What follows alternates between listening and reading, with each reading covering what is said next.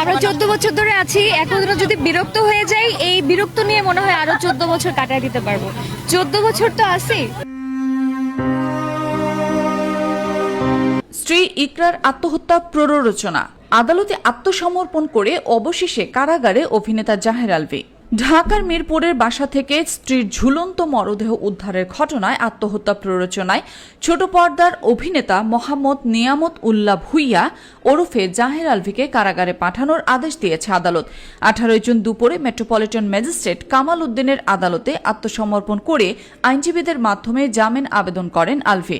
শুনানি শেষে দুপুর 2:30টার দিকে আবেদন নামঞ্জুর করে কারাগারে পাঠানোর আদেশ দেন।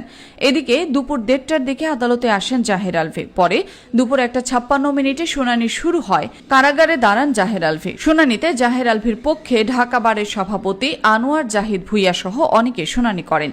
অপরদিকে বাদীপক্ষের আইনজীবীরা তার জামিন আবেদন নামঞ্জুর করে কারাগারে পাঠানোর আবেদনে শুনানি করেন। আলভীর জামিন আবেদনে উল্লেখ করা হয়, আসামি এই ঘটনার সঙ্গে কোনোভাবেই সম্পৃক্ত নয়। প্রেমের বিয়ে করার কারণে বাদী শুধুমাত্র ব্যক্তিগত জেদ এবং প্রতিহিংসার বশবর্তী হয়ে হয়রানিমূলকভাবে মামলাটি দায়ের করেন।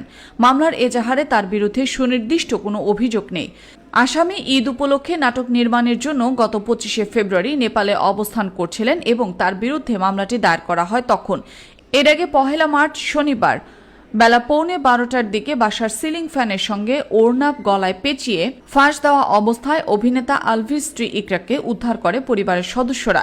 পরে বাসার মালিক সহ স্বজনরা মিলে তাকে কুর্মিটোলা জেনারেল হাসপাতালে নিয়ে গেলে চিকিৎসকরা তাকে মৃত ঘোষণা করেন। পরে পুলিশ খবর পেয়ে কুর্মিটোলা জেনারেল হাসপাতালে গিয়ে মরদেহের সুরাত হাল করা সহ বাসা থেকে বিভিন্ন আলামত সংগ্রহ করে। এদিকে ইকরার আত্মহত্যার ঘটনায় সেদিনই মামলা করেন তার মামা শেখ তানভীর আহমেদ। মামলার অপর আসামি হলেন আলভীর মা নাসরিন সুলতানা শিউলি।